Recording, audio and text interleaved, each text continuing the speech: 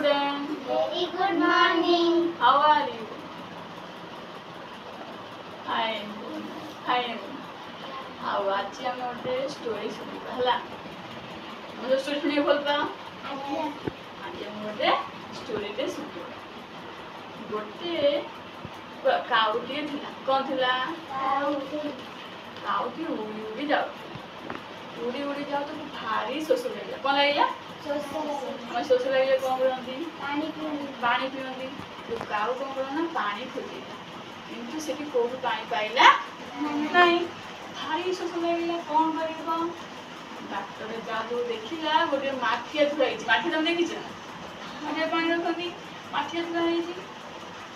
କାଉଟି ଆସି ମାଠିଆ ଉପରେ ବସିଲା। ତାପରେ କ'ଣ କଲା? ମାଠିଆ ଭିତରକୁ ଥଣ୍ଟ ପଶେଇଲା, କିନ୍ତୁ ମାଠିଆରେ ପାଣି କେତେ ଥିଲା? ଅଳ୍ପ ଥିଲା, ପୁରା ତଳେ ଥିଲା। ତେଣୁ କାଉର ଥଣ୍ଟ ମାଠିଆ ଭିତରକୁ ପାଇଲା ନାହିଁ। କାଉଟି ଭାବିଲା କେମିତି ପାଣି ପିଇବି, ଭାରି ଶୋଷ କରୁଛି। କାଉ ମୁଣ୍ଡକୁ ଗୋଟେ ଉପାୟ ଆସିଲା। ସେ କ'ଣ କଲା ନା ତା ଥଣ୍ଟରେ ଗୋଟେ ଗୋଟେ କରି ଗୋଟି ନେଇକି ସେ ମାଠିଆ ଭିତରେ ପକେଇଦେଲା।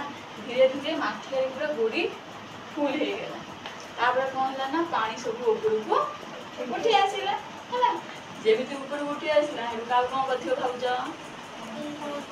କାଉ ପାଣି ପିଇଥିବ। କାଉ ପାଣି ପିଇ ମନ ଖୁସିରେ ଉଡ଼ିଗଲା। ତାହେଲେ ଏଇ ଗପରୁ ଆମେ କ'ଣ ଜାଣିଲେ